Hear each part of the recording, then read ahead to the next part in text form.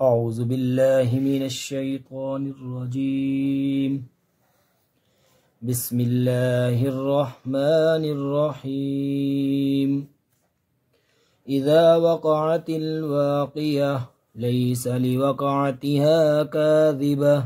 خافضة رافعة إذا رجت الأرض رجا وبست الجبال بسا فكانت هباء منبثا وكنتم أزواجا ثلاثة فأصحاب الميمنة ما أصحاب الميمنة وأصحاب المشأمة ما أصحاب المشأمة والسابقون السابقون أولئك المقربون في جنات النعيم ثلة من الأولين وقليل من الآخرين على سرر موزونة متكئين عليها متقابلين يطوف عليهم ولدان مخلدون بأكواب وأباريق وكأس من معين لا يصدعون عنها ولا ينزفون وفاكهة مما يتخيرون ولحم طير مما يشتهون وحور عين كأمثال اللؤلؤ المكنون جزاء بما كانوا يعملون لا يسمعون فيها لغوا ولا تأثيما إلا قيلا سلاما سلاما وأصحاب اليمين ما أصحاب اليمين في سدر مخضود وطلح منضود وظل ممدود وماء مسكوب وفاكهة كثيرة لا مقطوعة ولا ممنوعة وفرش مرفوعة إنا أنشأناهن إنشاء فجعلناهن أبكارا عربا أترابا لأصحاب اليمين ثلة من الأولين وثلة من الآخرين وأصحاب الشمال ما أصحاب الشمال في سموم وحميم وظل من يحموم لا بارد ولا كريم إنهم كانوا قبل ذلك مترفين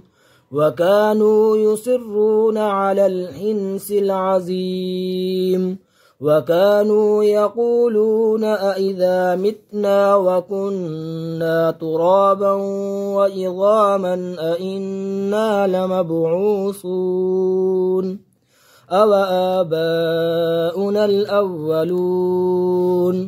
قل إن الأولين والآخرين لمجموعون إلى ميقات يوم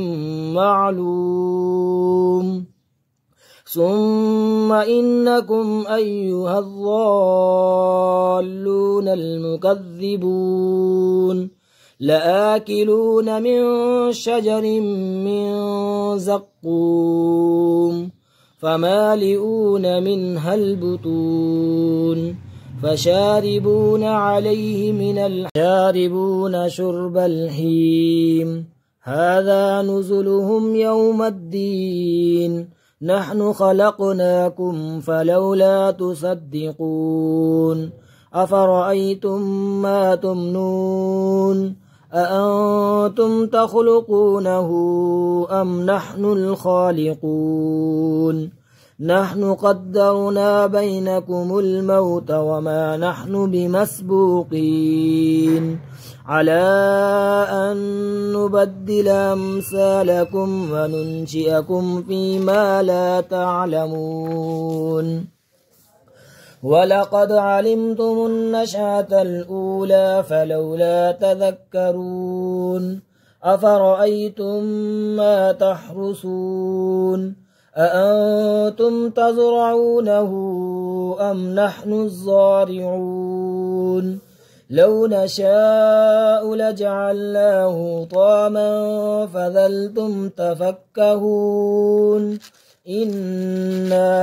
إنا لمغرمون بل نحن محرومون أفرأيتم الماء الذي تشربون أأنتم أنزلتموه من المزن أم نحن المنزلون لو نشاء جعلناه جاجا فلولا تشكرون أفرأيتم النار التي تورون أأنتم أنشأتم شجرتها أم نحن المنشئون نحن خلقناها نحن جعلناها تذكرة ومتاعا للمقوين فسبح باسم ربك العظيم فلا أقسم بمواقع النجوم وإنه لقسم لو تعلمون عظيم إنه لقرآن كريم في كتاب مكنون لا يمسه إلا المطهرون تنزيل من رب العالمين أفبهذا الحديث أنتم مدهنون وتجعلون رزقكم أنكم تكذبون فلولا إذا بلغت الحلقوم وأنتم حينئذ تنظرون ونحن أقرب إليه منكم ولكن لا تبصرون فلولا إن كنتم غير مدينين ترجعونها إن كنتم صادقين فأما إن كان من المقربين فروح وريحان وجنة نعيم وأما إن كان من أصحاب اليمين فسلام لك من أصحاب اليمين وأما إن كان من المكذبين الضالين فنزل من حميم وتسلية جحيم إن هذا لهو الحق اليقين فسبح باسم ربك العظيم.